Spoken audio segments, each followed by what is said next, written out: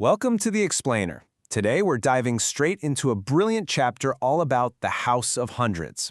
We're going to see exactly how this chapter teaches us to conceptualize, estimate, and really just play with large numbers.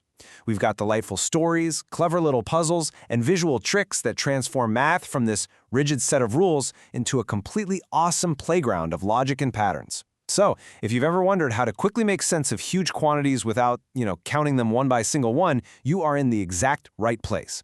Grab your detective hat because we've got some mysteries to solve.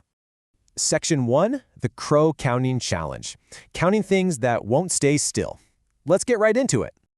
We're kicking things off with a classic story from the chapter that perfectly captures the whole abstract challenge of counting things that simply refuse to stay put. So picture this. Emperor Akbar and his famously clever advisor Birbal are taking a leisurely stroll through a garden, and the sky above them completely filled with this massive flock of crows, just darting every which way. Akbar, feeling a bit mischievous, issues this seemingly impossible challenge. He announces a grand prize for anyone who can tell him the exact number of crows in the city. Naturally, the entire court is totally baffled. I mean, how on earth do you count hundreds of birds when they literally won't stop moving? Really, take a second to ponder that. How do you count a flock of moving birds? If you try pointing your finger, going, okay, 1, 2, 3, they shift around, some fly off, new ones show up. Getting a static, exact count is it's impossible. And this is where we have to totally shift our thinking. We have to move away from this idea of rigid, manual counting and step into the clever logic of estimation. Well, after thinking it over for just one day, Birbal comes back to the emperor, and he confidently announces there are exactly 963 crows in our city. Akbar is understandably completely taken aback. He looks at Birbal like, how can you possibly be so sure? And throws down the gauntlet. What if there are fewer? What if there are more? Birbal's response is absolute genius. He says, if there are fewer crows, the other crows would have gone on a holiday. And if there are more, crows from other places would be visiting the city. Akbar was absolutely delighted by this. And honestly, it brilliantly illustrates a fundamental truth about numbers. Math isn't always about stubborn, manual counting. It's deeply rooted in logical reasoning, setting parameters, and knowing how to make smart assumptions when you're dealing with hundreds of items. Which brings us to Section 2, visualizing the hundreds, from abstract estimation to concrete mechanics.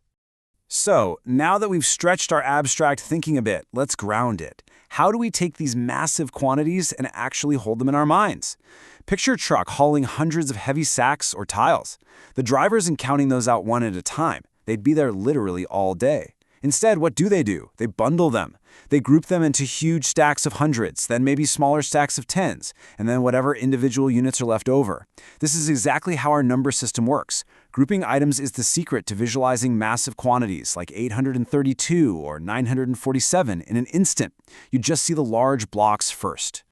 Mathematically, this grouping trick translates into expanded notation. In step 1, we see 3 hundreds, 6 tens, and 8 ones. Move to step 2, and we write that out as its actual value, 300 plus 60 plus 8. And finally, in step 3, we just smash it all together to get 368. Boom!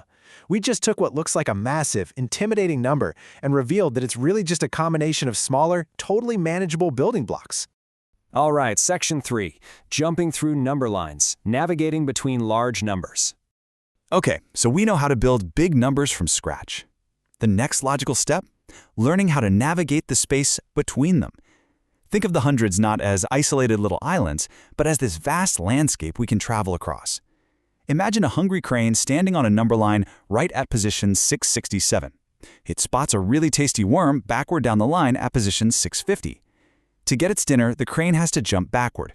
So the equation is 667 minus blank steps equals 650. Can you calculate that missing gap? How many steps does our crane need to jump back? Exactly, 17 steps. The absolute crucial takeaway here is that subtraction isn't just about taking things away, it's literally measuring the distance between two specific points on a line. When you visualize a number line, jumping from 667 back to 650 isn't some abstract math problem, it's just a quick 17-step hop. And once you get comfortable making those single jumps, you start noticing patterns. That jumping naturally evolves into skip counting. 940, 942, 944, boom, we're skipping by twos. Look below that. Starting from 850, we might add 10 to get 860, or we could add a massive 100 to just leap straight to 950. By picking up on these hidden rhythms and sequences, we can practically fast forward our way through the hundreds. You don't have to walk every single step when you can literally bound across the number line. Moving on to Section 4, Number Detectives and Puzzles, putting number sense to the test. Now, we're taking everything we've learned, the estimation, the building blocks, those number lines, and we are becoming full-fledged number detectives. Imagine a Tombola grid. Tombola is this fantastic game highlighted in the chapter where players cross out numbers on a card based on logic clues, rather than just waiting for someone to call out a specific number. For example, a clue might be, cross out a number with 1 as the tens digit, or cross out the number that is 5 less than 625. If you hear 5 less than 625, you do a super quick mental jump backward on your number line, realize it's 620, and frantically hunt for it on your board. It turns basic number comprehension into a fast-paced game of deduction. But you know, being a number detective isn't just about playing games. It's about reality. True number sense is this instinctual ability to match quantities to the real world. If I ask you right now, how many pages are in a typical math book? Your brain immediately rules out 10. And it definitely rules out 10,000. You naturally zero in on a logical range like 101 to 200. But if I ask you about the stars in the night sky, your brain instantly jumps to the category of more than 1,000. Number sense is all about matching the scale of math to the actual scale of life. And once you really get a feel for how numbers work, you start seeing that they aren't just practical tools for, counting crows or stacking tiles. Numbers have their own beautiful aesthetic patterns hiding right in plain sight. They have this incredible rhythm and symmetry to them. Let's look at some of these special patterns. We've got sequences that climb perfectly, like 1, 2, 3 or 7, 8, 9. We have reverse sequences that step neatly down, like 8, 7, 6. Then we have what the source delightfully calls twins and triplets, numbers that just repeat the same digit, like 22 or 333. And my absolute favorites, palindromes. These are numbers that read exactly the same from left to right as they do from right to left, like 353 or 868.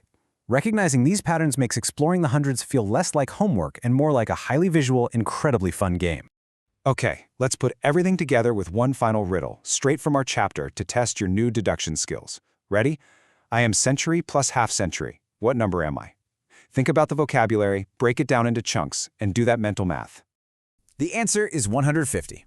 A century is 100, half a century is 50, and you combine those building blocks to get exactly 150. Fantastic! We started today with an impossible flock of flying crows, and we ended up decoding the hidden language of the House of Hundreds. Math is so much more than mere counting, isn't it? It's a language of logic, of visual patterns, and just endless curiosity. So the next time you look up at a towering skyscraper or a starry night sky, ask yourself, are you just seeing objects, or are you finally reading the hidden code of the universe? Thanks for joining me on this explainer.